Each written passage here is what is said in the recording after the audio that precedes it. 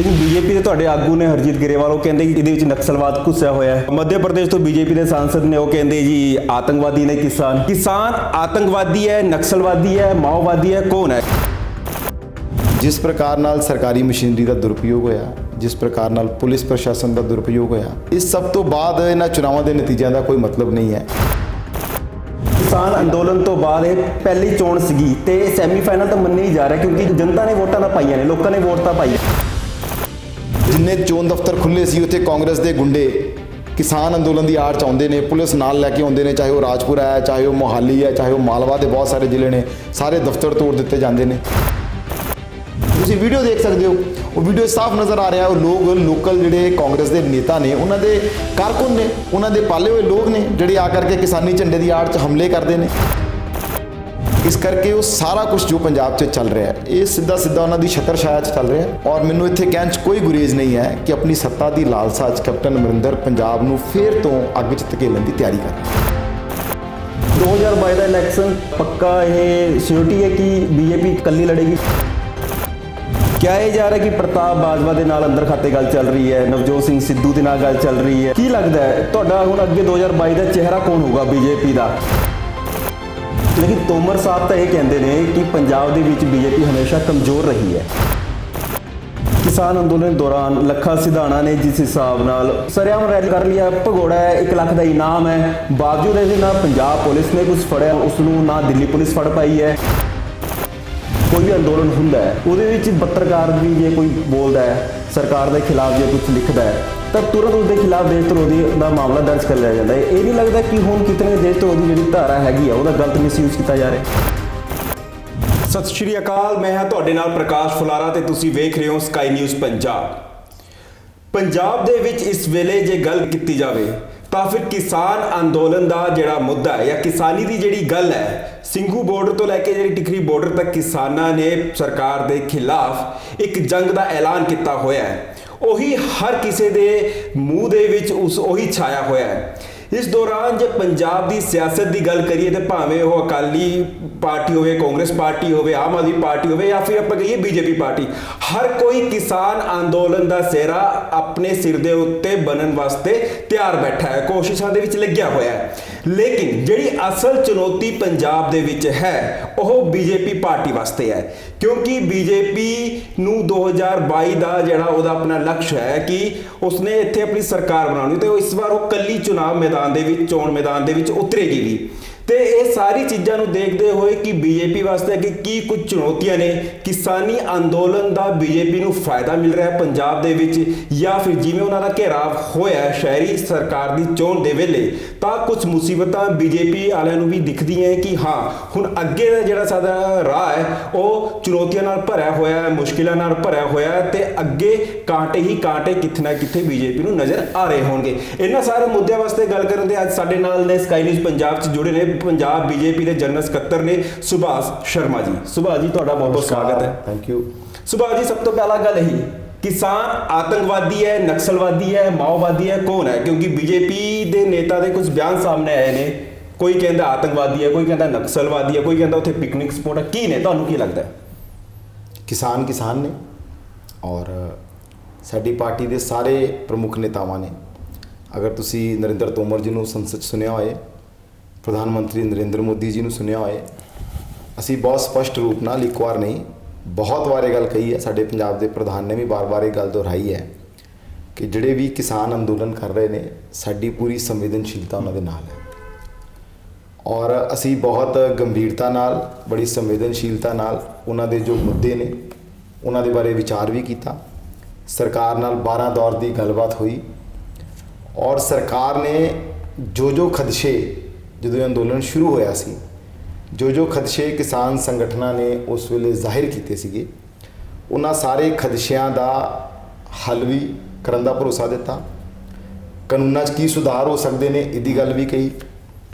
ਔਰ ਆਖਿਰ 'ਚ ਆ ਕਰਕੇ ਸਰਕਾਰ ਨੇ ਜੋ ਸਰਕਾਰ ਕਰ ਸਕਦੀ ਸੀ ਕਿ ਵੀ ਅਸੀਂ 1.5 ਸਾਲ ਤੱਕ ਇਹਨਾਂ ਕਾਨੂੰਨਾਂ ਨੂੰ ਮੁਲਤਵੀ ਕਰ ਦਿੰਦੇ, ਇਹ ਲਾਗੂ ਹੀ ਨਹੀਂ ਹੋਣਗੇ, ਮਿਲ ਬੈਠ ਕੇ ਵਿਚਾਰ ਕਰਕੇ ਜੋ ਵੀ ਇਹਦੇ ਬਾਅਦ ਫੈਸਲਾ ਹੋਏਗਾ ਉਹ 1.5 ਸਾਲ ਬਾਅਦ ਦੇਖਾਂਗੇ। ਠੀਕ ਹੈ। ਸੋ ਇਹ ਵੀ ਹੱਲ ਕਿਸਾਨ ਸੰਗਠਨਾਂ ਨੂੰ ਦਿੱਤਾ ਸੀ ਔਰ ਮੈਨੂੰ ਲੱਗਦਾ ਹੈ ਕਿ ਇਸ ਗੱਲ ਤੋਂ ਬਾਅਦ ਇਹ ਅੰਦੋਲਨ ਖਤਮ ਹੋ ਜਾਏ। ਸੁਭਾਸ਼ ਜੀ, ਤੁਸੀਂ ਕਿਹਾ ਕਿ ਕਿਸਾਨ ਨੇ, ਲੇਕਿਨ ਪੰਜਾਬ ਬੀਜੇਪੀ ਦੇ ਜਿਹੜੇ ਆਗੂ ਨੇ ਗਰੇਵਾਲ ਸਾਹਿਬ, ਹਰਜੀਤ ਗਰੇਵਾਲ, ਉਹ ਕਹਿੰਦੇ ਨੇ ਕਿਸਾਨ ਦੇ ਜਿਹੜੇ ਸੰਘਰਸ਼ ਦੇ ਵਿੱਚ ਨਕਸਲਵਾਦ ਘੁਸ ਗਿਆ, ਯਾਨੀ ਕਿ ਕਿਸਾਨ ਨੂੰ ਨਕਸਲਵਾਦ ਦੱਸਦੇ ਆ। ਲੇਕਿਨ ਇਹ तमाम ਚੀਜ਼ਾਂ ਦੇ ਵਿੱਚ ਸ਼ਹਿਰੀ ਚੋਣ ਦੇ ਜਿਹੜੇ ਨਤੀਜੇ ਆਏ ਨੇ, ਉਹਦੇ ਜਿਹੜੇ ਨਤੀਜੇ ਨੇ ਉਹ ਕਿਤੇ ਨਾ ਕਿਤੇ ਲੱਗਦੇ ਕਿਸਾਨ ਅੰਦੋਲਨ ਨੂੰ ਪ੍ਰਭਾਵਿਤ ਕੀਤਾ ਹੈ। ਕਿਉਂਕਿ ਤੁਸੀਂ ਹੁਸ਼ਿਆਰਪੁਰ ਤੁਹਾਡਾ ਗੜ ਰਿਹਾ, ਗੁਰਦਾਸਪੁਰ ਬੀਜੇਪੀ ਦਾ ਗੜ ਰਿਹਾ, ਪਠਾਨਕੋਟ, ਨਤੀਜੇ ਉਸ ਹਿਸਾਬ ਨਾਲ ਨਹੀਂ ਆ ਸਕੇ। ਕੀ ਲੱਗਦਾ ਕਿ ਕਿਸਾਨਾਂ ਦਾ ਤੁਹਾਨੂੰ ਸਮਰਥਨ ਮਿਲ ਰਿਹਾ ਹੈ ਕਿ ਨਹੀਂ ਮਿਲ ਰਿਹਾ, ਤੇ ਅੱਗੇ 2022 ਵਾਸਤੇ ਕੀ ਕੁਝ ਅੱਗੇ ਕਿਸਾਨਾਂ ਦਾ ਸਮਰਥਨ ਮਿਲੇਗਾ? ਦੇਖੋ, ਜਿੱਥੋਂ ਤੱਕ ਤੇ ਤੁਸੀਂ ਚੋਣਾਂ ਦੀ ਗੱਲ ਕੀਤੀ ਹੈ, ਇਹ ਜਿਹੜੇ ਚੋਣਾਂ ਨੇ ਪ੍ਰਕਾਸ਼ ਜੀ, ਅਸੀਂ ਇਹਨਾਂ ਦੇ ਨਤੀਜਿਆਂ ਨੂੰ ਬਿਲਕੁਲ ਖਾਰਿਜ ਕਰਦੇ ਹਾਂ, ਕਿਉਂਕਿ ਇਹ ਚੋਣਾਂ ਦੇ ਨਾਮ ਤੇ, ਲੋਕਤੰਤਰ ਦੇ ਨਾਮ ਤੇ ਲੁੱਟ ਹੋਈ ਹੈ। ਜਿਸ ਪ੍ਰਕਾਰ ਨਾਲ ਸਰਕਾਰੀ ਮਸ਼ੀਨਰੀ ਦਾ ਦੁਰਉਪਯੋਗ ਹੋਇਆ, ਜਿਸ ਪ੍ਰਕਾਰ ਨਾਲ ਪੁਲਿਸ ਪ੍ਰਸ਼ਾਸਨ ਦਾ ਦੁਰਉਪਯੋਗ ਹੋਇਆ, ਜਿਸ ਪ੍ਰਕਾਰ ਨਾਲ ਚੋਣਾਂ ਨੂੰ ਪ੍ਰਭਾਵਿਤ ਕੀਤਾ ਗਿਆ, ਔਰ ਕਿਸਾਨ ਅੰਦੋਲਨ ਦੀ ਆੜ 'ਚ ਜਿਸ ਪ੍ਰਕਾਰ ਨਾਲ ਕਾਂਗਰਸ ਦੇ ਗੁੰਡਿਆਂ ਨੇ, ਮੈਂ ਗੁੰਡੇ ਸ਼ਬਦ ਬਹੁਤ ਜਾਣਬੁੱਝ ਕੇ ਬੜੀ ਜ਼ਿੰਮੇਵਾਰੀ ਨਾਲ ਇਸਤੇਮਾਲ ਕਰ ਰਿਹਾ, ਉਹਨਾਂ ਨੇ ਭਾਰਤੀ ਜਨਤਾ ਪਾਰਟੀ ਦੇ ਉਮੀਦਵਾਰਾਂ ਨੂੰ ਡਰਾਇਆ, ਧਮਕਾਇਆ, ਕਈ ਜਗ੍ਹਾ ਉਹਨਾਂ ਨਾਲ ਮਾਰਪੀਟ ਵੀ ਹੋਈ, ਔਰ ਇਹ ਸਭ ਪੁਲਿਸ ਦੀ ਦੇਖ ਰੇਖ 'ਚ ਹੁੰਦਾ ਰਿਹਾ। ਇਸ ਸਭ ਤੋਂ ਬਾਅਦ ਇਹਨਾਂ ਚੋਣਾਂ ਦੇ ਨਤੀਜਿਆਂ ਦਾ ਕੋਈ ਮਤਲਬ ਨਹੀਂ ਹੈ। ਇਹ ਤੇ ਬਿਲਕੁਲ ਇੱਕ ਤਰ੍ਹਾਂ ਨਾਲ ਚੋਣਾਂ ਨੂੰ ਜੋ ਬਿਹਾਰ ਬੰਗਾਲ 'ਚ ਹੁੰਦਾ ਸੀ, ਸਰਕਾਰੀ ਮਸ਼ੀਨਰੀ ਦਾ ਦੁਰਉਪਯੋਗ ਕਰਕੇ ਜਿੱਤਣ ਦਾ ਇੱਕ ਕੋਝਾ ਪ੍ਰਯਾਸ ਕਾਂਗਰਸ ਨੇ ਕੀਤਾ ਹੈ। ਇਸ ਕਰਕੇ ਮੈਂ ਇਹਨਾਂ ਨਤੀਜਿਆਂ ਦਾ ਵਿਸ਼ਲੇਸ਼ਣ ਕਰਨ ਦੀ ਵਿਸ਼ਵਾਸ ਨਹੀਂ ਰੱਖਦਾ। ਅੰਦੋਲਨ ਤੋਂ ਬਾਅਦ ਇਹ ਪਹਿਲੀ ਚੋਣ ਸੀਗੀ ਤੇ ਸੈਮੀਫਾਈਨਲ ਤਾਂ ਮੰਨੇ ਹੀ ਜਾ ਰਿਹਾ, ਕਿਉਂਕਿ ਜਨਤਾ ਨੇ ਵੋਟਾਂ ਤਾਂ ਪਾਈਆਂ ਨੇ, ਲੋਕਾਂ ਨੇ ਵੋਟ ਤਾਂ ਪਾਈ ਹੈ। ਮੈਂ ਇਹਨੂੰ ਜਨਮਤ ਨਹੀਂ ਮੰਨਦਾ। ਤੁਸੀਂ ਆਪਣੇ ਵਿਰੋਧੀ ਉਮੀਦਵਾਰਾਂ ਦੇ ਕਾਗਜ਼ ਹੀ ਰੱਦ ਕਰਦੇ ਹੋ ਤੇ ਉੱਥੇ ਕਾਹਦਾ ਜਨਮਤ ਹੈ? ਇਕੱਲੇ ਫਿਰੋਜ਼ਪੁਰ 'ਚ ਹੀ ਵਿਰੋਧੀ ਉਮੀਦਵਾਰਾਂ ਦੇ ਅੱਧੇ ਬਹੁਤੇ ਕਾਗਜ਼ ਹੀ ਰੱਦ ਹੋ ਗਏ, ਉੱਥੇ ਚੋਣ ਹੋਈ ਵੀ ਨਹੀਂ, ਤੇ ਜਨਮਤ ਕਿਵੇਂ ਹੋ ਗਿਆ? ਫਿਰ ਉਸ ਤੋਂ ਅੱਗੇ ਆ ਜਾਓ, ਤੁਸੀਂ ਇੱਕ ਪਾਰਟੀ ਨੂੰ ਕੈਂਪੇਨ ਹੀ ਨਾ ਕਰਨ ਦਿਓ, ਉਹਨੂੰ ਚੋਣ ਪ੍ਰਚਾਰ ਹੀ ਨਾ ਕਰਨ ਦਿਓ। ਉਹਦੇ ਜਿੰਨੇ ਚੋਣ ਦਫ਼ਤਰ ਖੁੱਲੇ ਸੀ, ਉੱਥੇ ਕਾਂਗਰਸ ਦੇ ਗੁੰਡੇ ਕਿਸਾਨ ਅੰਦੋਲਨ ਦੀ ਆੜ 'ਚ ਆਉਂਦੇ ਨੇ, ਪੁਲਿਸ ਨਾਲ ਲੈ ਕੇ ਆਉਂਦੇ ਨੇ, ਚਾਹੇ ਉਹ ਰਾਜਪੁਰਾ ਹੈ, ਚਾਹੇ ਉਹ ਮੋਹਾਲੀ ਹੈ, ਚਾਹੇ ਉਹ ਮਾਲਵਾ ਦੇ ਬਹੁਤ ਸਾਰੇ ਜ਼ਿਲ੍ਹੇ ਨੇ, ਸਾਰੇ ਦਫ਼ਤਰ ਤੋੜ ਦਿੱਤੇ ਜਾਂਦੇ ਨੇ। ਜਦੋਂ ਇਸ ਤਰ੍ਹਾਂ ਦਾ ਭੈ ਦਾ, ਡਰ ਦਾ ਵਾਤਾਵਰਣ ਬਣਾਇਆ ਜਾਂਦਾ ਹੈ, ਤੇ ਫਿਰ ਉਹਦੇ ਨਾਲ ਮਤਦਾਤਾ ਨੂੰ ਵੀ ਇਨਫਲੂਐਂਸ ਹੁੰਦਾ ਹੈ। ਯਾਨੀ ਕਿ ਫਿਰ 2022 ਦੇ ਵਾਸਤੇ ਕੀ ਹੈ ਤੁਹਾਡਾ ਅੱਗੇ ਲਕਸ਼, ਕੀ ਹੈ ਕਿਸਾਨਾਂ ਦੇ ਇਸ ਅੰਦੋਲਨ ਦਾ ਸਮਰਥਨ ਮਿਲੇਗਾ? ਮੈਂ ਤੁਹਾਨੂੰ ਤੁਹਾਡੀ ਇੱਕ ਗੱਲ ਹੋਰ ਜੋੜ ਦਿਆਂ। ਚਲੋ, ਤੁਸੀਂ ਅਗਰ ਇਹ ਗੱਲ ਕਹਿ ਰਹੇ ਹੋ, ਜਾਂ ਕਾਂਗਰਸ ਵੀ ਇਹ ਗੱਲ ਕਹਿੰਦੀ ਹੈ ਕਿ ਵੀ ਕਿਸਾਨ ਅੰਦੋਲਨ ਦਾ ਪ੍ਰਭਾਵ ਸੀ ਬੀਜੇਪੀ ਦੇ ਉੱਤੇ, ਬੀਜੇਪੀ ਨੂੰ ਉਹਦਾ ਖਮਿਆਜਾ ਭੁਗਤਣਾ ਪਿਆ। ਆਮ ਆਦਮੀ ਪਾਰਟੀ ਤੇ ਕਿਸਾਨ ਅੰਦੋਲਨ ਦੇ ਸਮਰਥਨ 'ਚ ਹੈ। ਅਰਵਿੰਦ ਕੇਜਰੀਵਾਲ ਜੀ ਤਾਂ ਬਾਰਡਰ ਤੇ ਬੈਠੇ ਰਹਿੰਦੇ ਨੇ। ਆਮ ਆਦਮੀ ਪਾਰਟੀ ਦੀ ਕੀ ਹਾਲਤ ਹੈ? 20 ਐਮਐਲਏ ਵਾਲੀ ਪਾਰਟੀ ਜੋ ਪੰਜਾਬ ਦੀ ਮੁੱਖ ਵਿਪਕਸ਼ੀ ਦਲ ਹੈ, ਉਹਦੀਆਂ ਵੀ ਚੋਣਾਂ 'ਚ ਉਨੀਆਂ ਸੀਟਾਂ ਆਉਂਦੀਆਂ ਜਿੰਨੀਆਂ 2 ਐਮਐਲਏ ਵਾਲੀ ਪਾਰਟੀ ਭਾਰਤੀ ਜਨਤਾ ਪਾਰਟੀ ਦੀਆਂ ਆਉਂਦੀਆਂ। ਅਕਾਲੀ ਦਲ ਦੀ ਕੀ ਹਾਲਤ ਹੈ ਪੰਜਾਬ ਦੇ ਅੰਦਰ? ਸੋ ਇਸ ਕਰਕੇ ਇਹਨਾਂ ਚੋਣਾਂ ਦੇ ਨਤੀਜਿਆਂ ਤੋਂ ਕੋਈ ਨਿਸ਼ਕਰਸ਼ ਨਾ ਕੱਢਿਆ ਜਾਵੇ, ਐਸਾ ਮੇਰਾ ਮੰਨਣਾ ਹੈ। ਜਿੱਥੋਂ ਤੱਕ 2022 ਦੀਆਂ ਚੋਣਾਂ ਦੀ ਗੱਲ ਹੈ, ਭਾਰਤੀ ਜਨਤਾ ਪਾਰਟੀ ਪੂਰੇ ਦਮਖਮ ਨਾਲ ਚੋਣਾਂ ਲੜਨ 'ਚ ਵਿਸ਼ਵਾਸ ਰੱਖਦੀ ਹੈ। ਅਸੀਂ ਇਹਨਾਂ ਸਥਾਨਕ ਚੋਣਾਂ 'ਚ ਵੀ ਸਰਕਾਰ ਦੀ ਭਿਅੰਕਰ ਗੁੰਡਾਗਰਦੀ ਦੇ ਬਾਵਜੂਦ ਅਸੀਂ ਲਗਭਗ 400 ਸੀਟਾਂ ਤੇ ਚੋਣ ਲੜਦੇ ਸੀ, ਕਿਉਂਕਿ ਸਾਡਾ ਗੱਠਜੋੜ ਸੀਗਾ ਅਕਾਲੀ ਦਲ ਦੇ ਨਾਲ। ਅਸੀਂ 1100 ਦੇ ਲਗਭਗ ਉਮੀਦਵਾਰਾਂ ਨੂੰ ਮੈਦਾਨ 'ਚ ਉਤਾਰਨ 'ਚ ਸਫਲ ਹੋ ਗਏ। 1100 ਉਮੀਦਵਾਰਾਂ ਨੇ ਡਟ ਕੇ ਚੋਣਾਂ ਲੜੀਆਂ। ਇਹ ਇਸ ਗੱਲ ਦਾ ਪ੍ਰਗਟਾਵਾ ਹੈ ਕਿ ਭਾਰਤੀ ਜਨਤਾ ਪਾਰਟੀ ਪੂਰੇ ਪੰਜਾਬ ਦੀ ਪਾਰਟੀ ਬਣਨ ਵੱਲ ਅੱਗੇ ਵਧ ਰਹੀ ਹੈ। ਅਸੀਂ ਕੋਈ ਪੰਜਾਬ ਦਾ ਖਿੱਤਾ ਐਸਾ ਨਹੀਂ ਸੀ ਜਿੱਥੇ ਅਸੀਂ ਚੋਣ ਨਹੀਂ ਲੜੀ। ਲੇਕਿਨ ਤੋਮਰ ਸਾਹਿਬ ਤਾਂ ਇਹ ਕਹਿੰਦੇ ਨੇ ਕਿ ਪੰਜਾਬ ਦੇ ਵਿੱਚ ਬੀਜੇਪੀ ਹਮੇਸ਼ਾ ਕਮਜ਼ੋਰ ਰਹੀ ਹੈ। ਤੁਸੀਂ ਮੰਨਦੇ ਹੋ ਕਿ ਨਹੀਂ ਪੰਜਾਬ ਦੇ ਵਿੱਚ ਬੀਜੇਪੀ ਕਮਜ਼ੋਰ ਹੈ? ਦੇਖੋ, ਤੋਮਰ ਸਾਹਿਬ ਨੇ ਜੋ ਗੱਲ ਕਹੀ, ਉਹ ਜਿਸ ਕੰਟੈਕਸਟ 'ਚ ਕਹੀ, ਉਹ ਠੀਕ ਹੀ ਕਹੀ ਹੈ। ਅਸੀਂ 117 'ਚੋਂ 23 ਸੀਟਾਂ ਲੜਦੇ ਸੀ, 20% ਸੀਟਾਂ ਲੜਦੇ ਸੀ, 80% ਸੀਟਾਂ ਅਕਾਲੀ ਦਲ ਲੜਦਾ ਸੀ। ਅਸੀਂ ਬਹੁਤ ਛੋਟਾ ਭਾਈਵਾਲ ਸੀਗੇ ਗੱਠਜੋੜ ਦੇ ਅੰਦਰ ਵੀ। ਨਿਸ਼ਚਿਤ ਰੂਪ ਨਾਲ ਪਿਛਲੇ 23 ਸਾਲਾਂ ਤੋਂ, ਜਦੋਂ ਤੋਂ ਇਹ ਗੱਠਜੋੜ ਹੋਇਆ, ਅਸੀਂ 23 ਸੀਟਾਂ ਹੀ ਲੜਦੇ ਸੀ, ਲੋਕ ਸਭਾ ਦੀਆਂ 3 ਸੀਟਾਂ ਹੀ ਲੜਦੇ ਸੀ। ਸੋ ਉਸ ਸੰਦਰਭ 'ਚ ਅਗਰ ਦੇਖਿਆ ਜਾਵੇ ਤਾਂ ਨਿਸ਼ਚਿਤ ਰੂਪ ਨਾਲ ਪਾਰਟੀ ਇੱਕ ਛੋਟੀ ਪਾਰਟੀ ਸੀ ਪੰਜਾਬ 'ਚ। ਹਾਲਾਂਕਿ ਪਾਰਟੀ ਦਾ ਸੰਗਠਨ ਪੂਰੇ ਪੰਜਾਬ 'ਚ ਹੈ। ਸਾਡੇ ਮੰਡਲ, ਸਾਡੇ ਬੂਥ ਰਚਨਾ, ਅਸੀਂ ਚਾਹੇ ਚੋਣਾਂ 23 ਤੇ ਲੜਦੇ ਸੀ, ਲੇਕਿਨ ਅਸੀਂ 117 ਸੀਟਾਂ ਦੀ ਪਾਰਟੀ ਪਹਿਲਾਂ ਵੀ ਸੀਗੇ। ਬਹੁਤ ਵੱਡੀ ਗਿਣਤੀ 'ਚ ਅਕਾਲੀ ਦਲ ਨੂੰ ਜਿਤਾਉਣ 'ਚ ਭਾਰਤੀ ਜਨਤਾ ਪਾਰਟੀ ਦੀ ਬਹੁਤ ਵੱਡੀ ਭੂਮਿਕਾ ਰਹੀ ਹੈ। ਇਸ ਕਰਕੇ ਹੁਣ ਸਾਨੂੰ ਮੌਕਾ ਮਿਲਿਆ ਹੈ, ਔਰ ਪੰਜਾਬ ਦੀ ਜਨਤਾ ਚਾਹੁੰਦੀ ਸੀ ਕਿ ਵੀ ਭਾਰਤੀ ਜਨਤਾ ਪਾਰਟੀ ਇਸ ਗੱਠਜੋੜ 'ਚੋਂ ਬਾਹਰ ਨਿਕਲੇ। ਅਸੀਂ ਤਾਂ ਨਹੀਂ ਨਿਕਲੇ, ਅਕਾਲੀ ਦਲ ਖੁਦ ਹੀ ਨਿਕਲ ਗਿਆ। तो एक ਸਾਡੇ ਲਈ ਮੌਕਾ ਆਇਆ ਕਿ ਕਿਸਾਨ ਅੰਦੋਲਨ ਨੂੰ ਫਾਇਦਾ ਦਿੱਤਾ ਹੈ। ਅਸੀਂ ਮੈਂ ਇਹਨੂੰ ਫਾਇਦੇ ਨੁਕਸਾਨ 'ਚ ਨਹੀਂ ਦੇਖਦਾ, ਲੇਕਿਨ ਨਿਸ਼ਚਿਤ ਰੂਪ ਨਾਲ ਇੱਕ ਮੌਕਾ ਬੀਜੇਪੀ ਨੂੰ ਦਿੱਤਾ ਹੈ ਕਿ ਉਹ ਹੁਣ ਆਪਣੇ ਪੰਖ ਹੋਰ ਪਸਾਰੇ, ਆਪਣੇ ਪੈਰਾਂ ਨੂੰ ਹੋਰ ਪਸਾਰਾ ਕਰੇ ਔਰ ਇੱਕ ਮਜ਼ਬੂਤ ਧਿਰ ਬਣ ਕੇ ਪੰਜਾਬ ਦੀ ਰਾਜਨੀਤੀ 'ਚ ਉਭਰੇ। ਔਰ ਇਸ ਗੱਲ ਦੇ ਲਈ ਅਸੀਂ ਪੂਰੀ ਰਣਨੀਤੀ ਬਣਾਈ ਹੈ, ਅਸੀਂ ਪੂਰੀਆਂ ਕੋਸ਼ਿਸ਼ਾਂ ਕਰ ਰਹੇ ਹਾਂ। ਹੁਣ ਕੁਝ ਹੀ ਮਹੀਨੇ ਰਹਿ ਗਏ, 7-8 ਮਹੀਨੇ ਰਹਿ ਗਏ। ਕੀ ਲੱਗਦਾ ਹੈ ਤੁਹਾਡਾ ਹੁਣ ਅੱਗੇ 2022 ਦਾ ਚਿਹਰਾ ਕੌਣ ਹੋਊਗਾ ਬੀਜੇਪੀ ਦਾ? ਕਿਹਾ ਇਹ ਜਾ ਰਿਹਾ ਕਿ ਪ੍ਰਤਾਪ ਬਾਜਵਾ ਦੇ ਨਾਲ ਅੰਦਰ ਖਾਤੇ ਗੱਲ ਚੱਲ ਰਹੀ ਹੈ, ਨਵਜੋਤ ਸਿੰਘ ਸਿੱਧੂ ਦੇ ਨਾਲ ਗੱਲ ਚੱਲ ਰਹੀ ਹੈ, ਹੋਰ ਕਈ ਨਾਂ ਨੇ ਜਿਹੜੇ ਚੱਲ ਰਹੀ ਹੈ ਮੀਡੀਆ ਦੇ ਗਲਿਆਰੇ ਦੇ ਵਿੱਚ ਇਹ ਖਬਰਾਂ ਆ ਰਹੀਆਂ ਨੇ। ਕੌਣ ਹੋਊਗਾ ਜੱਟ ਸਿੱਖ ਚਿਹਰਾ ਹੋਊਗਾ, ਕੌਣ ਹੋਊਗਾ? ਦੇਖੋ, ਇਹ ਸਭ ਮੀਡੀਆ ਦੀਆਂ ਕਿਆਸਰਾਈਆਂ ਹੈ। ਭਾਰਤੀ ਜਨਤਾ ਪਾਰਟੀ ਕੋਲੇ ਬਹੁਤ ਅੱਛੇ ਚਿਹਰੇ ਪਾਰਟੀ ਦੇ ਅੰਦਰ ਹੀ ਨੇ। ਸਾਰੇ ਵਰਗਾਂ ਦੇ ਨੇਤਾ ਸਾਡੇ ਕੋਲ ਨੇ। ਅਸੀਂ ਕਿਸੇ ਖਾਸ ਇੱਕ ਵਰਗ ਦੇ ਨੇਤਾ ਦੀ ਗੱਲ ਨਹੀਂ ਕਰਦੇ। ਅਸੀਂ ਚੋਣਾਂ ਜਿਹੜੀਆਂ ਹੈ ਉਹ ਚਿਹਰੇ ਨਾਲੋਂ ਜ਼ਿਆਦਾ ਕਾਰਜਕ੍ਰਮ ਦੇ ਆਧਾਰ ਤੇ ਲੜਾਂਗੇ, ਮੁੱਦਿਆਂ ਦੇ ਆਧਾਰ ਤੇ ਲੜਾਂਗੇ। ਮੁੱਦਾ ਸਾਡਾ ਖੁਸ਼ਹਾਲ ਪੰਜਾਬ ਹੈ, ਮੁੱਦਾ ਸਾਡਾ ਡਰੱਗ ਫ੍ਰੀ ਪੰਜਾਬ ਹੈ, ਮੁੱਦਾ ਸਾਡਾ ਪਰਿਵਾਰਵਾਦ ਮੁਕਤ ਪੰਜਾਬ ਹੈ, ਮੁੱਦਾ ਸਾਡਾ ਭ੍ਰਸ਼ਟਾਚਾਰ ਮੁਕਤ ਪੰਜਾਬ ਹੈ, ਮੁੱਦਾ ਸਾਡਾ ਮਾਫੀਆ ਰਾਜ ਮੁਕਤ ਪੰਜਾਬ ਹੈ।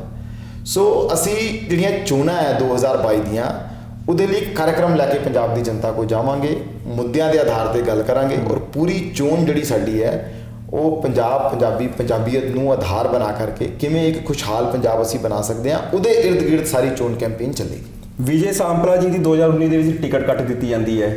ਹੁਣ ਉਹਨਾਂ ਨੂੰ ਕੌਮੀ ਅਨੁਸੂਚਿਤ ਜਾਤੀ ਦਾ ਚੇਅਰਮੈਨ ਬਣਾ ਦਿੱਤਾ ਜਾਂਦਾ ਹੈ।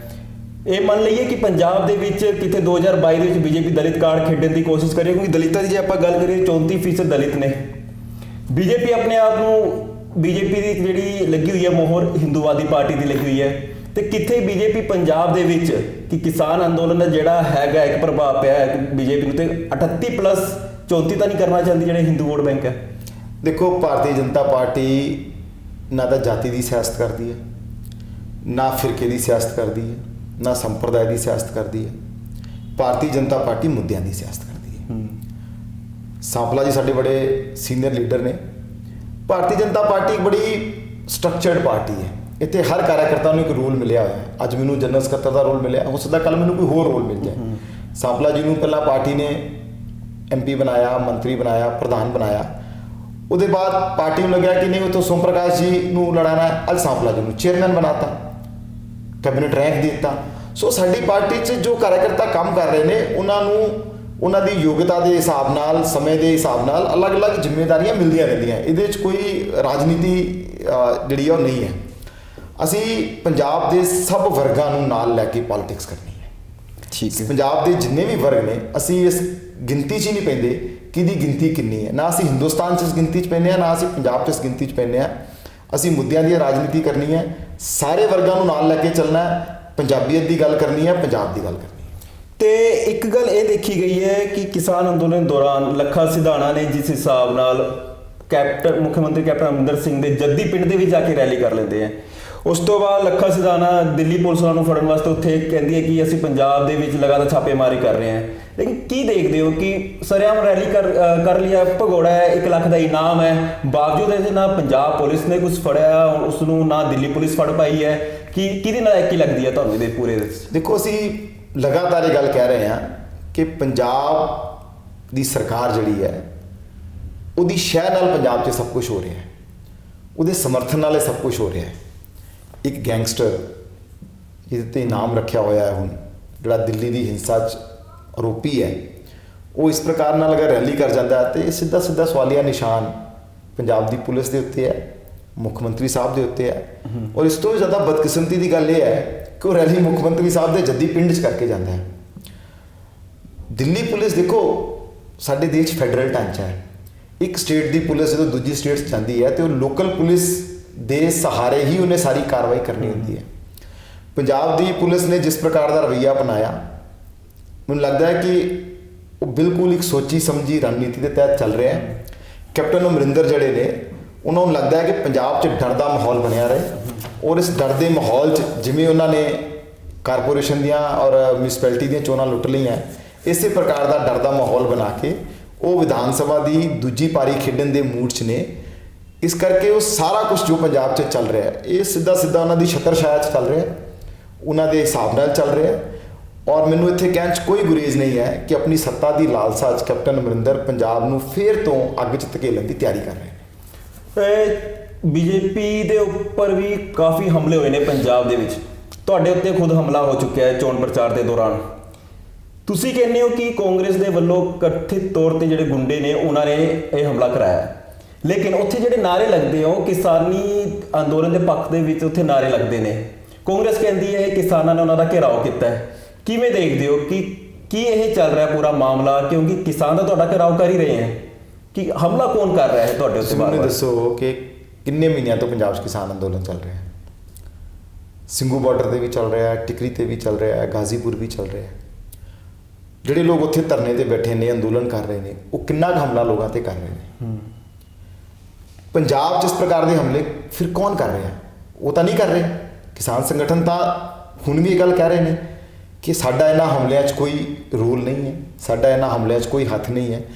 ਔਰ ਅਸੀਂ ਲਗਾਤਾਰ ਪੁਲਿਸ ਨੂੰ ਨਾਮ ਦੇ ਕਰਕੇ, ਚਾਹੇ ਉਹ ਅਸ਼ਵਨੀ ਸ਼ਰਮਾ ਜੀ ਤੇ ਫਿਰੋਜ਼ਪੁਰ ਹਮਲਾ ਆਇਆ ਹੋਵੇ, ਚਾਹੇ ਤੁਸੀਂ ਮੇਰੇ ਹਮਲੇ ਦਾ ਜ਼ਿਕਰ ਕੀਤਾ ਮੋਹਾਲੀ 'ਚ, ਕਾਂਗਰਸ ਨਾਲ ਜੁੜੇ ਹੋਏ ਲੋਕਾਂ ਦੀਆਂ ਫੋਟੋਆਂ, ਉਹਨਾਂ ਦੇ ਨਾਮ ਅਸੀਂ ਪੁਲਿਸ ਪ੍ਰਸ਼ਾਸਨ ਨੂੰ ਦਿੱਤੇ ਕਿ ਆਹ ਲੋਕ ਨੇ। ਤੁਸੀਂ ਵੀਡੀਓ ਦੇਖ ਸਕਦੇ ਹੋ, ਉਹ ਵੀਡੀਓ ਸਾਫ਼ ਨਜ਼ਰ ਆ ਰਿਹਾ ਉਹ ਲੋਕ ਲੋਕਲ ਜਿਹੜੇ ਕਾਂਗਰਸ ਦੇ ਨੇਤਾ ਨੇ, ਉਹਨਾਂ ਦੇ ਕਾਰਕੁਨ ਨੇ, ਉਹਨਾਂ ਦੇ ਪਾਲੇ ਹੋਏ ਲੋਕ ਨੇ ਜਿਹੜੇ ਆ ਕਰਕੇ ਕਿਸਾਨੀ ਝੰਡੇ ਦੀ ਆੜ 'ਚ ਹਮਲੇ ਕਰਦੇ ਨੇ।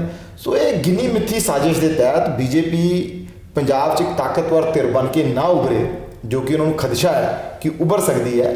ਇਸ ਲਈ ਉਹ ਅਲੋਕਤੰਤਰਿਕ ਤਰੀਕਾ ਅਪਣਾ ਕੇ ਉਹਨੂੰ ਦਬਾਉਣ ਦੀ ਹਰ ਹੀਲੇ ਜਿਹੜੀ ਕੋਸ਼ਿਸ਼ ਹੈ ਉਹ ਕੈਪਟਨ ਦੀ ਸਰਕਾਰ ਕਰ ਰਹੀ ਹੈ। ਔਰ ਮੈਂ ਗੱਲ ਸਮਝਦਾ ਕਿ ਬਈ ਇਹਨਾਂ ਹੱਥਕੰਡਿਆਂ ਨਾਲ ਬੀਜੇਪੀ ਰੁਕਣ ਵਾਲੀ ਨਹੀਂ ਹੈ। ਲੇਕਿਨ ਡਰ ਤਾਂ ਇੱਕ ਪੈਦਾ ਹੋ ਜਾਏਗਾ ਤੁਹਾਡੇ ਵਰਕਰਾਂ ਦੇ ਵਿਚਕਾਰ। ਉਹ ਡਰ ਕਿੱਥੇ ਅੱਗੇ ਜਾ ਕੇ ਮੁਸੀਬਤ ਵੀ ਖੜੀ ਕਰ ਸਕਦਾ ਹੈ। ਦੇਖੋ, ਇਹ ਕੈਪਟਨ ਸਾਹਿਬ ਦੀ ਗਲਤਫਹਿਮੀ ਹੈ, ਕਾਂਗਰਸ ਦੀ ਗਲਤਫਹਿਮੀ ਹੈ ਕਿ ਇਦਾਂ ਦੇ ਹਮਲੇ ਕਰਕੇ ਉਹ ਬੀਜੇਪੀ ਦੇ ਵਰਕਰ ਨੂੰ ਡਰਾ ਲੈਣਗੇ। ਬੀਜੇਪੀ ਦਾ ਵਰਕਰ ਨਾ ਤੇ ਡਰਦਾ ਹੈ, ਨਾ ਝੁਕਦਾ ਹੈ, ਨਾ ਰੁਕਦਾ ਹੈ। ਔਰ ਤੁਸੀਂ ਹਿੰਦੁਸਤਾਨ ਦੀ ਰਾਜਨੀਤੀ ਦਾ ਅਗਰ ਇਤਿਹਾਸ ਦੇਖ ਲਓ ਤੇ 1952 ਦੇ ਜਨਸੰਘ ਤੋਂ ਲੈ ਕੇ ਹੁਣ ਤੱਕ ਕਿੰਨੀ ਵਾਰ ਕਾਂਗਰਸ ਨੇ ਕੋਸ਼ਿਸ਼ਾਂ ਕਰ ਲਈਆਂ। ਗਾਂਧੀ ਹੱਤਿਆ ਦਾ ਝੂਠਾ ਆਰੋਪ ਲਾ ਕੇ ਬਿਆਨ ਕੀਤਾ, ਸ਼ਾਮਾ ਪ੍ਰਸਾਦ ਮੁਖਰਜੀ ਨੂੰ ਜੇਲ੍ਹ 'ਚ ਬੰਦ ਕਰਕੇ ਉਹਨਾਂ ਦੀ ਹੱਤਿਆ ਕਰਤੀ, ਦੀਨ ਦਿਆਲ ਉਪਾਧਿਆਏ ਜੀ ਨੂੰ ਟ੍ਰੇਨ ਦੇ ਅੰਦਰ ਉਹਨਾਂ ਦੀ ਹੱਤਿਆ ਕਰਵਾ ਦਿੱਤੀ ਗਈ, ਦੇਸ਼ 'ਚ ਐਮਰਜੈਂਸੀ ਲਾਗੂ ਕਰਕੇ ਦੇਖ ਲਈ। ਕਈ ਵਾਰ ਇਸ ਪ੍ਰਕਾਰ ਦੀਆਂ ਹਰਕਤਾਂ ਕਰਕੇ ਕਾਂਗਰਸ ਨੇ ਦੇਖੀਆਂ, ਕਈ ਪ੍ਰਕਾਰ ਦੀ ਹਿੰਸਾ, ਕਈ ਪ੍ਰਕਾਰ ਦਾ ਦਮਨ ਉਹਨਾਂ ਨੇ ਕਰਕੇ ਦੇਖਿਆ, ਪਰ ਬੀਜੇਪੀ ਰੁਕੀ ਨਹੀਂ, ਬੀਜੇਪੀ ਵੱਧਦੀ ਗਈ ਹੈ। ਉਸ ਤੋਂ ਬਾਅਦ ਪੰਜਾਬ 'ਚ ਵੀ ਉਹ ਇਸੇ ਪ੍ਰਕਾਰ ਦੀ ਦਮਨਕਾਰੀ ਨੀਤੀ ਤੇ ਚੱਲ ਰਹੇ ਨੇ। ਇਹ ਨੀਤੀ ਸਫਲ ਨਹੀਂ ਹੋਏਗੀ। ਬੀਜੇਪੀ ਦਾ ਕਾਰਜਕਰਤਾ ਬਹੁਤ ਹਿੰਮਤ ਦੇ ਨਾਲ, ਮੈਂ ਸਲਾਮ ਕਰਨਾ ਚਾਹੁੰਦਾ ਆਪਣੇ ਕਾਰਜਕਰਤਾ ਨੂੰ, ਇੰਨੀਆਂ ਵਿਪਰੀਤ ਹਾਲਾਤਾਂ 'ਚ ਜਦੋਂ ਹਮਲੇ ਹੋ ਰਹੇ ਸੀ, ਉਹਨਾਂ ਦੇ ਦਫ਼ਤਰਾਂ ਤੇ ਹਮਲੇ ਹੋ ਰਹੇ ਸੀ, ਉਹਨਾਂ ਦੀ ਜਾਨ ਮਾਲ ਦੀ ਸੁਰੱਖਿਆ ਦੀ ਕੋਈ ਗਰੰਟੀ ਨਹੀਂ ਸੀ, ਪੁਲਿਸ ਵੀ ਕੋਈ ਗਰੰਟੀ ਲੈਣ ਨੂੰ ਤਿਆਰ ਨਹੀਂ ਸੀ, ਉਹ ਡਟ ਕੇ ਚੋਣ ਮੈਦਾਨ 'ਚ ਖੜੇ ਰਹੇ ਨੇ। ਇਸ ਗੱਲ ਦਾ ਪ੍ਰਗਟਾਵਾ ਹੈ ਕਿ ਭਾਰਤੀ ਜਨਤਾ ਪਾਰਟੀ ਦਾ ਕਾਰਜਕਰਤਾ ਦੇ ਮਨ 'ਚ ਕੋਈ ਡਰ ਨਹੀਂ ਹੈ। ਇਹ ਜਿੰਨਾ ਸਾਨੂੰ ਡਰਾ ਰਹੇ ਨੇ, ਕਾਰਜਕਰਤਾ ਉਨੀ ਮਜ਼ਬੂਤੀ ਨਾਲ ਅੱਗੇ ਵਧ ਰਿਹਾ। 1 ਤਰੀਕ ਤੋਂ ਬਜਟ ਸੈਸ਼ਨ ਸਟਾਰਟ ਹੋ ਰਿਹਾ ਹੈ। ਅਕਾਲੀ ਦਲ ਨੇ ਘਿਰਾਓ ਕਰਨਾ, ਉਹਨਾਂ ਨੇ ਬਜਟ ਸੈਸ਼ਨ ਤੋਂ ਉਸ ਦਾ ਬਾਈਕਾਟ ਵੀ ਕਰ ਦੇਣ। ਬੀਜੇਪੀ ਦੀ ਕੀ ਪਲਾਨਿੰਗ ਹੈ? ਕਿਉਂਕਿ ਅਕਾਲੀ ਦਲ ਇਹ ਕਹਿੰਦੇ ਕਿ ਅਸੀਂ ਜਿਹੜਾ ਬਾਈਕਾਟ ਕਰਾਂਗੇ, ਕੈਪਟਨ ਨੇ ਜਦੋਂ ਝੂਠੀ ਸੌਂ ਚੁੱਕੀ ਹੈ, ਵਾਅਦੇ ਕੀਤੇ ਸੀ ਨੌਜਵਾਨਾਂ ਨੂੰ ਨੌਕਰੀ ਦਿੰਦੇ, ਹਰ ਘਰ ਦੇ ਵਿੱਚ ਇੱਕ ਨੌਜਵਾਨ ਨੂੰ ਨੌਕਰੀ ਦਿੰਦਾ, ਮੋਬਾਈਲ ਫੋਨ ਵੰਡਣ ਦਾ, ਹੋਰ ਵੀ ਕਾਫੀ ਵਾਅਦੇ ਕੀਤੇ ਗਏ ਸੀ, ਉਹ ਉਹਨੇ ਪੂਰੇ ਨਹੀਂ ਕੀਤੇ। ਤੁਹਾਨੂੰ ਕੀ ਲੱਗਦਾ ਹੈ ਕਿ ਬੀਜੇਪੀ ਦੀ ਹੁਣ ਪਲਾਨਿੰਗ ਕੀ ਹੈ? ਤੁਸੀਂ ਵਿਰੋਧੀ ਪਾਰਟੀਆਂ ਦੇ ਨਾਲ ਖੜੇ ਹੋਵੋਗੇ, ਅਕਾਲੀ ਦਲ ਦੇ ਨਾਲ ਘਿਰਾਓ ਕਰੋਗੇ, ਬਾਈਕਾਟ ਕਰੋਗੇ? ਕੀ ਹੈ ਤੁਹਾਡੀ ਇਸ ਬਜਟ ਸੈਸ਼ਨ ਨੂੰ ਲੈ ਕੇ? ਸਾਡੀ 28 ਤਰੀਕ ਨੂੰ ਮੀਟਿੰਗ ਹੈ ਪੰਜਾਬ ਦੇ ਕੋਰ ਗਰੁੱਪ ਦੀ। ਉਹਦੇ 'ਚ ਅਸੀਂ ਫੈਸਲਾ ਕਰਾਂਗੇ ਕਿ ਬਜਟ ਸੈਸ਼ਨ 'ਚ ਪਾਰਟੀ ਦਾ ਕੀ ਰੁਖ ਰਹਿਣ ਵਾਲਾ ਹੈ। ਲੇਕਿਨ ਇੱਕ ਗੱਲ ਬੜੀ ਸਪਸ਼ਟ ਹੈ ਕਿ ਕੈਪਟਨ ਅਮਰਿੰਦਰ ਸਰਕਾਰ ਨੇ ਚੋਣਾਂ ਦੇ ਦੌਰਾਨ ਜੋ ਵਾਅਦੇ ਕੀਤੇ ਸੀ ਔਰ ਉਸ ਤੋਂ ਬਾਅਦ ਜੋ ਉਹਨਾਂ ਦੀ ਕਾਰਗੁਜ਼ਾਰੀ ਰਹੀ ਹੈ, ਉਹ ਪੰਜਾਬ ਦੀ ਜਨਤਾ ਦੇ ਸਾਹਮਣੇ ਉਸ ਕਾਰਗੁਜ਼ਾਰੀ ਨੂੰ ਰੱਖਣਾ, ਕੈਪਟਨ ਸਰਕਾਰ ਦੇ ਜੋ ਕੁਕਰਮ ਰਹੇ ਨੇ ਉਹਨਾਂ ਨੂੰ ਨੰਗਾ ਕਰਨਾ, ਇਹ ਅਸੀਂ ਨਿਸ਼ਚਿਤ ਰੂਪ ਨਾਲ ਕਰਾਂਗੇ। ਔਰ ਇਹ ਜਿਹੜਾ ਬਜਟ ਸੈਸ਼ਨ ਹੈ ਕੈਪਟਨ ਦਾ, ਇਹ ਤੇ ਫਰਾਡ ਸੈਸ਼ਨ ਹੀ ਹੈ ਬੇਸਿਕਲੀ। ਕੈਪਟਨ ਅਮਰਿੰਦਰ ਨੇ ਪਿਛਲੇ 3-4 ਸਾਲਾਂ 'ਚ ਜੋ ਗੱਲਾਂ ਕਹੀਆਂ ਕੋਈ ਪੂਰੀ ਤਾਂ ਕੀਤੀ ਨਹੀਂ। ਇਸ ਕਰਕੇ ਸਾਨੂੰ ਇਸ ਬਜਟ ਤੋਂ ਵੀ ਕੋਈ ਉਮੀਦ ਹੈ ਨਹੀਂ। ਲਗਾਤਾਰ ਜਨ ਵਿਰੋਧੀ ਕੰਮ ਕੈਪਟਨ ਅਮਰਿੰਦਰ ਕਰ ਰਹੇ ਨੇ। ਹੁਣੇ ਦੇਖੋ ਤੁਸੀਂ ਬੇਰੁਜ਼ਗਾਰ ਟੀਚਰਾਂ ਦਾ ਕੀ ਹਾਲ ਕੀਤਾ ਇਹਨਾਂ ਨੇ ਕੁੱਟ-ਕੁੱਟ ਕੇ। ਇਹਨਾਂ ਨੇ ਹੁਣ ਨਵਾਂ ਇੱਕ ਹੋਰ ਫਤਵਾ ਜਾਰੀ ਕਰਤਾ ਹੈ ਕਿ ਜਿਹੜੇ ਨਵੇਂ ਕਾਲਜ ਟੀਚਰ ਭਰਤੀ ਹੋਣਗੇ, ਲੈਕਚਰਰ, ਅਸਿਸਟੈਂਟ ਪ੍ਰੋਫੈਸਰ ਭਰਤੀ ਹੋਣਗੇ, UGC ਤੋਂ ਸਕੇਲ ਤੋਂ ਉਹਨਾਂ ਨੂੰ ਡੀਲਿੰਕ ਕਰਤਾ, ਪੂਰੇ ਹਿੰਦੁਸਤਾਨ 'ਚ ਕਿਤੇ ਨਹੀਂ ਹੈ। ਸੋ ਇਸ ਪ੍ਰਕਾਰ ਦੇ ਨਾਦਰਸ਼ਾਹੀ ਫਰਮਾਨ ਜਿਹੜੇ ਚੱਲ ਰਹੇ ਨੇ, ਬਿਜਲੀ ਮਹਿੰਗੀ ਕਰਨ ਤੋਂ ਲੈ ਕਰਕੇ, ਇਹ ਸਾਰੀਆਂ ਚੀਜ਼ਾਂ ਨੂੰ ਜਨਤਾ ਦੇ ਸਾਹਮਣੇ ਰੱਖਾਂਗੇ। ਤੇ ਜੇ ਆਪਾਂ ਗੱਲ ਕਰੀਏ, ਨਨਕਾਣਾ ਸਾਹਿਬ ਜਾਣ ਵਾਸਤੇ ਜੱਥਾ ਤਿਆਰ ਸੀਗਾ, ਵੀਜ਼ੇ ਆ ਗਏ ਸੀਗੇ, ਸਭ ਕੁਝ ਆ ਗਿਆ ਸੀ। ਐਟ ਲਾਸਟ ਮੂਵਮੈਂਟ ਦੇ ਵਿੱਚ ਕੇਂਦਰ ਸਰਕਾਰ ਨੇ ਟ੍ਰੇਨ ਰੱਦ ਕਰ ਦਿੱਤੀ ਹੈ, ਪੂਰਾ ਦੌਰਾ ਹੀ ਰੱਦ ਕਰ ਦਿੱਤਾ ਹੈ। ਤੁਹਾਨੂੰ ਨਹੀਂ ਲੱਗਦਾ ਕੇਂਦਰ ਸਰਕਾਰ ਨੇ ਜਿਹੜਾ ਹਵਾਲਾ ਦਿੱਤਾ ਹੈ ਕਿ ਕੋਰੋਨਾ ਦੇ ਕਾਰਨ ਅਸੀਂ ਇਹਨੂੰ ਰੱਦ ਕਰ ਦਿੱਤਾ ਹੈ, ਲੇਕਿਨ ਬੀਜੇਪੀ ਦੇ तमाम ਵੱਡੇ ਜਿਹੜੇ ਪ੍ਰੋਗਰਾਮ ਨੇ ਉਹ ਕੀਤੇ ਜਾ ਰਹੇ ਨੇ। ਬੰਗਾਲ ਇਲੈਕਸ਼ਨ ਦੇ ਵਿੱਚ ਲਗਾਤਾਰ ਭੀੜ ਇਕੱਠੀ ਕੀਤੀ ਜਾ ਰਹੀ ਹੈ, ਉੱਥੇ ਆਪਾਂ ਦੇਖ ਹੀ ਰਹੇ ਟੀਵੀ ਚੈਨਲਾਂ ਦੇ ਵਿੱਚ ਵੀ ਕਿਵੇਂ ਮਾਸਕ ਕੋਈ ਨਹੀਂ ਪਾ ਰਿਹਾ, ਉੱਥੇ ਵੀ ਪ੍ਰਬੰਧ ਨਹੀਂ ਕੀਤਾ ਜਾ ਰਿਹਾ। ਇੱਕ ਜੱਥੇ ਨੂੰ ਤੁਸੀਂ ਪੰਜਾਬ ਵਿੱਚ ਅੱਗੇ ਇਲੈਕਸ਼ਨ ਲੜਨਾ ਹੈ, ਅੱਗੇ ਤੁਸੀਂ ਇਸ ਤਰ੍ਹਾਂ ਕਹਿੰਦੇ ਖੁਸ਼ਹਾਲ ਪੰਜਾਬ ਦੀ ਗੱਲ ਹੈ, ਤਾਂ ਇਸ ਤਰ੍ਹਾਂ ਇੱਕ ਸ਼ਰਧਾਲੂ ਜਿਹੜਾ ਵਿਚਾਰਾ ਬੜੀ ਤਮੰਨਾ ਬੜੇ ਭਰੋਸੇ ਦੇ ਨਾਲ ਉੱਥੇ ਆਉਂਦਾ, ਉਹਦੀ ਭਗਤੀ ਦੇ ਵਿੱਚ ਪੂਰਾ ਉਹਦਾ ਹੋ ਜਾਂਦਾ ਕਿ ਮੈਂ ਹੁਣ ਜਾਵਾਂ ਪਾਕਿਸਤਾਨ ਉੱਥੇ ਨਨਕਾਣਾ ਸਾਹਿਬ ਦੇ ਦਰਸ਼ਨ ਕਰਾਂਗਾ, ਇਹ ਕਿਤੇ ਨਾ ਕਿਤੇ ਉਹਨਾਂ ਦੇ ਮਨਾਂ ਦੇ ਵਿੱਚ ਚੋਟ ਨਹੀਂ ਪਹੁੰਚਾਈ ਗਈ ਹੈ? ਦੇਖੋ, ਮੈਂ ਤੁਹਾਨੂੰ ਇੱਕ ਗੱਲ ਦੱਸਾਂ, ਹਰ ਚੀਜ਼ 'ਚ ਰਾਜਨੀਤੀ ਨਹੀਂ ਦੇਖਣੀ ਚਾਹੀਦੀ। ਕੇਂਦਰ ਸਰਕਾਰ ਨੇ ਅਗਰ ਕੋਈ ਫੈਸਲਾ ਲਿਆ ਹੈ ਤਾਂ ਉਹਦੇ ਪਿੱਛੇ ਕੋਈ ਨਾ ਕੋਈ ਠੋਸ ਕਾਰਨ ਰਹੇ ਹੋਣਗੇ। ਤੁਸੀਂ ਦੇਖੋ, ਜਿਸ ਸਰਕਾਰ ਨੇ ਸੰਗਤਾਂ ਦੀ ਇੰਨੀ ਪੁਰਾਣੀ ਮੰਗ ਮੰਨਦੇ ਹੋਏ ਕਰਤਾਰਪੁਰ ਸਾਹਿਬ ਕੋਰੀਡੋਰ ਬਣਾਇਆ, ਬਾਬਾ ਨਾਨਕ ਦੇ ਦਰਸ਼ਨਾਂ ਦਾ ਰਾਹ ਖੋਲ੍ਹਿਆ, ਐਸੀ ਸਰਕਾਰ ਕੋਈ ਇਸ ਤਰ੍ਹਾਂ ਦਾ ਵਿਚਾਰ ਵੀ ਨਹੀਂ ਕਰ ਸਕਦੀ ਹੈ। ਕੇਂਦਰ ਸਰਕਾਰ ਨੇ ਜੇ ਇਹ ਫੈਸਲਾ ਲਿਆ ਹੈ ਉਹਦੇ ਪਿੱਛੇ ਕਈ ਤਰ੍ਹਾਂ ਦੇ ਕਾਰਨ ਰਹੇ ਹੋਣਗੇ। ਵੀਜ਼ਾ ਜਦੋਂ ਹੋਇਆ, ਜਦੋਂ ਸਭ ਕੁਝ ਹੋ ਗਿਆ, ਉਦੋਂ ਹੀ ਤੁਸੀਂ ਰੋਕ ਦਿੰਦੇ ਕਿ ਕੋਰੋਨਾ, ਉਸ ਤੋਂ ਬਾਅਦ ਹੀ ਸਾਰਾ ਕੁਝ ਕੋਰੋਨਾ ਨੂੰ ਵਿੱਚ ਪਾਣਾ। ਦੇਖੋ, ਇਹਦਾ ਸਹੀ ਉੱਤਰ ਤਾਂ ਕੇਂਦਰ ਸਰਕਾਰ ਦੇ ਪ੍ਰਤੀਨਿਧੀ ਹੀ ਦੇ ਸਕਦੇ ਹੈ, ਲੇਕਿਨ ਮੈਂ ਇਹ ਮੰਨਦਾ ਹਾਂ ਕਿ ਇਹਦੇ ਪਿੱਛੇ ਕੋਈ ਰਾਜਨੀਤਿਕ ਕਾਰਨ ਨਹੀਂ ਹੈ।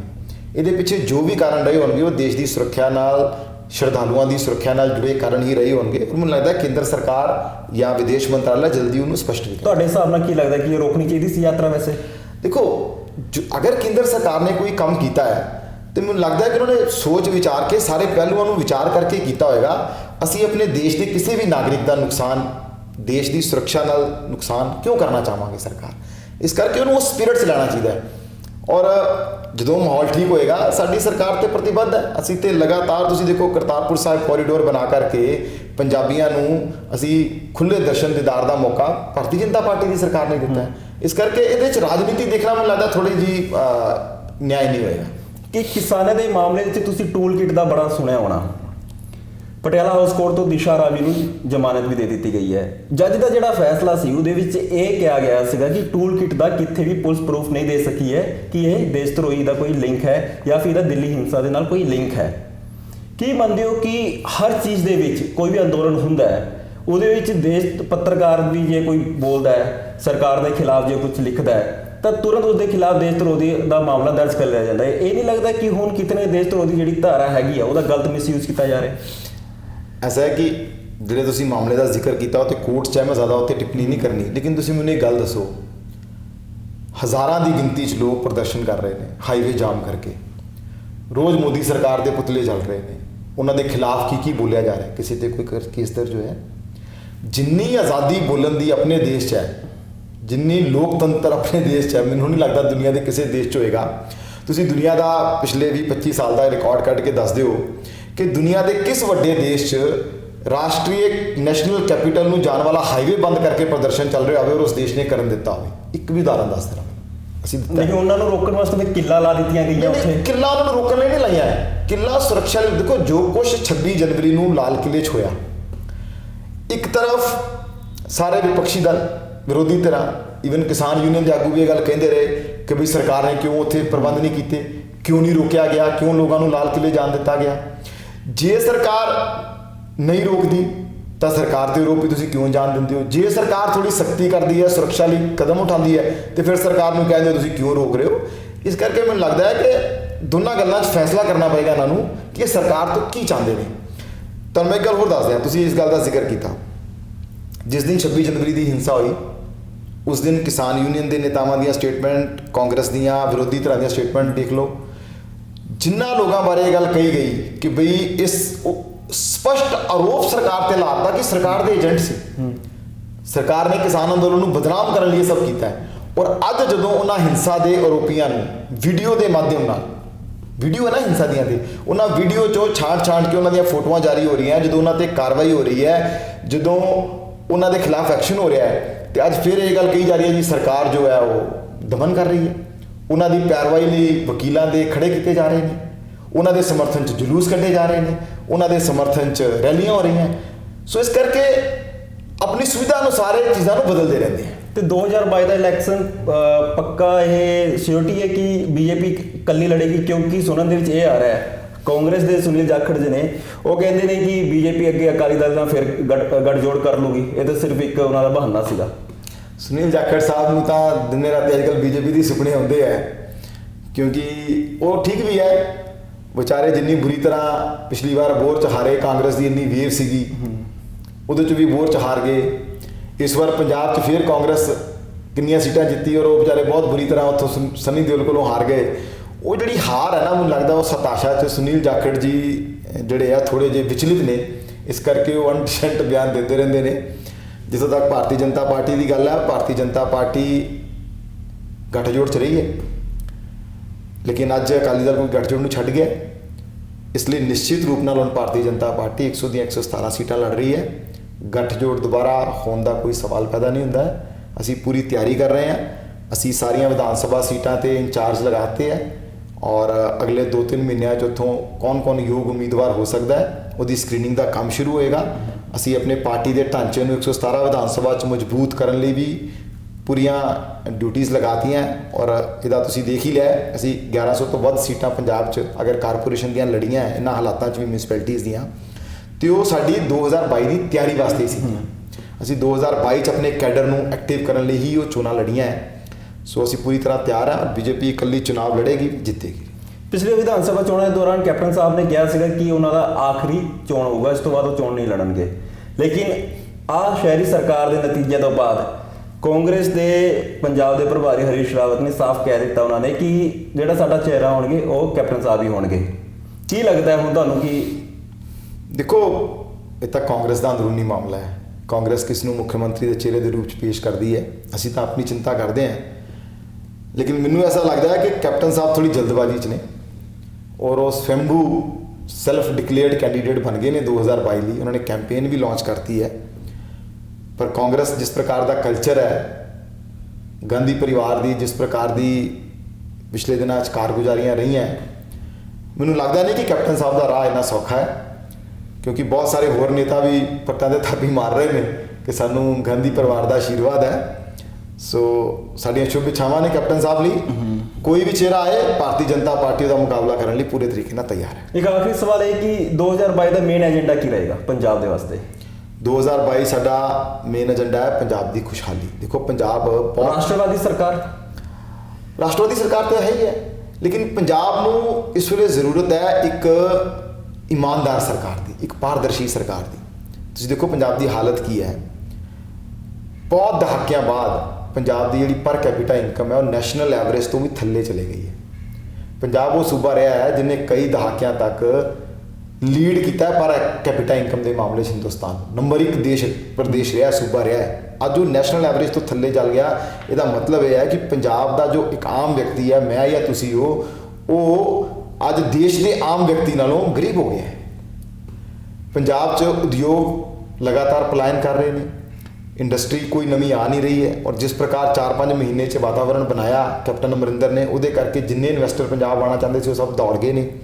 ਜਿਸ ਪ੍ਰਕਾਰ ਦਾ ਮਾਫੀਆ ਰਾਜ ਪੰਜਾਬ ਚੱਲ ਰਿਹਾ, ਜਿਸ ਪ੍ਰਕਾਰ ਨਕਲੀ ਸ਼ਰਾਬ ਦੀਆਂ ਫੈਕਟਰੀਆਂ ਫੜੀਆਂ ਗਈਆਂ, ਲੋਕਡਾਊਨ ਜਿਸ ਪ੍ਰਕਾਰ ਨਕਲੀ ਸ਼ਰਾਬ ਘਰ ਘਰ ਪਹੁੰਚੀ, ਜਿਸ ਪ੍ਰਕਾਰ ਵਜੀਫੇ ਦਾ ਘੁਟਾਲਾ ਹੋਇਆ, ਜਿਸ ਪ੍ਰਕਾਰ ਰੇਤਾ ਮਾਫੀਆ ਚੱਲ ਰਿਹਾ, ਇਹ ਸਾਰਾ ਕੁਝ ਦੇਖਣ ਤੋਂ ਬਾਅਦ ਪੰਜਾਬ ਜਿਸ ਨਿਘਾਰ ਵੱਲ ਵਧ ਰਿਹਾ ਹੈ, ਆਉਣ ਵਾਲੇ ਦਿਨਾਂ 'ਚ ਪੰਜਾਬ ਹੋਰ ਨੀਚੇ ਜਾਏਗਾ। ਇਸ ਲਈ ਪੰਜਾਬ ਨੂੰ ਇੱਕ ਐਸੀ ਸਰਕਾਰ ਚਾਹੀਦੀ ਹੈ ਜੋ ਬਾਕੀ ਸਭ ਚੀਜ਼ਾਂ ਨੂੰ ਛੱਡ ਕੇ ਪੰਜਾਬ ਦੇ ਵਿਕਾਸ ਵੱਲ ਧਿਆਨ ਦੇਵੇ। ਤੇ ਇਹ ਜਿਹੜੇ ਤੁਸੀਂ ਮੁੱਦੇ ਗਿਣਾਏ ਪੰਜਾਬ ਦੇ ਵਿੱਚ, ਇਹਨੂੰ ਲੈ ਕੇ ਇਸ ਵਾਰ ਸੜਕਾਂ ਦੇ ਵਿੱਚ ਤਾਂ ਤੁਸੀਂ ਗਏ ਹੀ ਹੋ, ਇਸ ਵਾਰ ਸੈਸ਼ਨ ਦੇ ਵਿੱਚ ਉਠਾਓਗੇ ਇਹਨਾਂ ਮੁੱਦਿਆਂ ਨੂੰ? ਬਿਲਕੁਲ ਉਠਾਵਾਂਗੇ, ਔਰ ਅਸੀਂ ਅਗਲੇ ਜਿਹੜਾ 1 ਸਾਲ ਹੈ, ਅਸੀਂ ਇਹ ਪੂਰਾ ਸਾਲ ਇਹਨਾਂ ਸਭ ਮੁੱਦਿਆਂ ਨੂੰ ਲੈ ਕੇ, ਇਸ ਤੋਂ ਇਲਾਵਾ ਹੋਰ ਬਹੁਤ ਮੁੱਦੇ ਨੇ। ਮਹਿੰਗੀ ਬਿਜਲੀ ਦਾ ਮੁੱਦਾ ਹੈ, ਸ਼ਹਿਰਾਂ ਗਲੀਆਂ 'ਚ ਜੋ ਵਿਕਾਸ ਦੀ ਹਾਲਤ ਹੈ, ਬੁਰੀ ਹਾਲਤ ਹੈ, ਉਹਨਾਂ ਦਾ ਮੁੱਦਾ ਹੈ। ਦਲਿਤ ਭਾਈਚਾਰੇ ਤੇ ਜਿਸ ਪ੍ਰਕਾਰ ਅਤਿਆਚਾਰ ਪੰਜਾਬ 'ਚ ਵਧੇ ਨੇ, ਦਲਿਤ ਭਾਈਚਾਰੇ ਨੂੰ ਹੱਲੇ ਵੀ ਜ਼ਮੀਨਾਂ ਵਾਹਣ ਦਾ ਅਧਿਕਾਰ ਜੋ ਉਹਨੂੰ ਮਿਲਣਾ ਚਾਹੀਦਾ ਸੀਗਾ, ਜੋ ਪੰਜਾਬੀ ਸੂਬਾ ਐਕਟ ਦੇ ਤਹਿਤ ਉਹਨਾਂ ਨਾਲ ਗੱਲ ਹੋਈ ਸੀ, ਉਹ ਨਹੀਂ ਮਿਲਿਆ। ਐਸੇ ਅਨੇਕਾਂ ਮੁੱਦੇ ਨੇ ਪੰਜਾਬ ਦੇ, ਜਿਨ੍ਹਾਂ ਜਨਤਕ ਮੁੱਦਿਆਂ ਨੂੰ ਲੈ ਕੇ ਅਸੀਂ ਜਨਤਾ 'ਚ ਜਾਵਾਂਗੇ, ਅਸੀਂ ਘਰ ਘਰ ਜਾਵਾਂਗੇ, ਇਹ ਮੁੱਦੇ ਲੈ ਕੇ ਜਾਵਾਂਗੇ, ਔਰ ਜੋ ਝੂਠੇ ਵਾਅਦੇ ਸਰਕਾਰ ਨੇ ਕੀਤੇ ਸੀ ਉਹਦੀ ਯਾਦ ਵੀ ਲੋਕਾਂ ਨੂੰ ਦਿਲਾਵਾਂਗੇ। ਔਰ ਮੈਨੂੰ ਲੱਗਦਾ ਹੈ ਕਿ ਲੋਕ ਵੀ ਦੁਖੀ ਨੇ, ਤਰਸਤ ਨੇ, ਉਹ ਇੱਕ ਬਦਲਾਵ ਚਾਹੁੰਦੇ ਨੇ ਪੰਜਾਬ ਦੀ ਰਾਜਨੀਤੀ 'ਚ।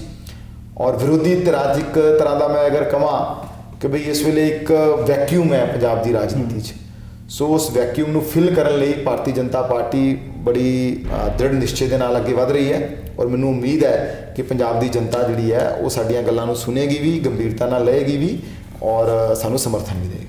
ਤਾਂ ਇਹ ਸਨ ਮੇਰੇ ਨਾਲ ਬੀਜੇਪੀ ਦੇ ਆਗੂ ਸੁਭਾਸ਼ ਸ਼ਰਮਾ ਜੀ। ਸੁਭਾਸ਼ ਜੀ, ਤੁਹਾਡਾ ਬਹੁਤ ਬਹੁਤ ਧੰਨਵਾਦ ਹੈ ਸਾਡੇ ਨਾਲ ਗੱਲਬਾਤ ਕਰਨ ਤੇ। ਸੁਭਾਸ਼ ਜੀ ਨੇ ਦੱਸਿਆ ਕਿ ਕਿਵੇਂ 2022 ਦੇ ਵਿੱਚ ਬੀਜੇਪੀ ਦਾ ਪੰਜਾਬ ਦੇ ਵਿੱਚ ਏਜੰਡਾ ਰਹੂਗਾ, ਕੀ ਕੁਝ ਰਹਿਣਗੇ ਅੱਗੇ। ਕਿਸਾਨੀ ਅੰਦੋਲਨ ਦਾ ਵੀ ਉਹਨਾਂ ਨੇ ਦੱਸਿਆ ਕਿ ਕਿਵੇਂ ਕੇਂਦਰ ਸਰਕਾਰ ਦੇ ਨਾਲ ਉਹਨਾਂ ਦੀ ਗੱਲਬਾਤ ਚੱਲ ਰਹੀ ਹੈ। ਲੇਕਿਨ ਕੁੱਲ ਮਿਲਾ ਕੇ ਇਹੀ ਹੈ ਕਿ ਆਉਣ ਵਾਲੀਆਂ ਜਿਹੜੀਆਂ ਚੁਣੌਤੀਆਂ ਨੇ ਉਸ ਤੋਂ ਗੁਜ਼ਰ ਕੇ ਜੇ ਬੀਜੇਪੀ ਅੱਗੇ ਨਿਕਲਦੀ ਹੈ, ਕਿਵੇਂ 2022 ਦੇ ਵਿੱਚ ਪੰਜਾਬ 'ਚ ਉਹਨਾਂ ਦੀ ਸਰਕਾਰ ਬਣਦੀ ਹੈ। ਫਿਲਹਾਲ ਹੁਣ ਦੇ ਵਾਸਤੇ ਇੰਨਾ ਹੀ। ਤੁਸੀਂ ਵੇਖਦੇ ਰਹੋ ਸਕਾਈ ਨਿਊਜ਼ ਪੰਜਾਬ। ਸਤਿ ਸ੍ਰੀ ਅਕਾਲ।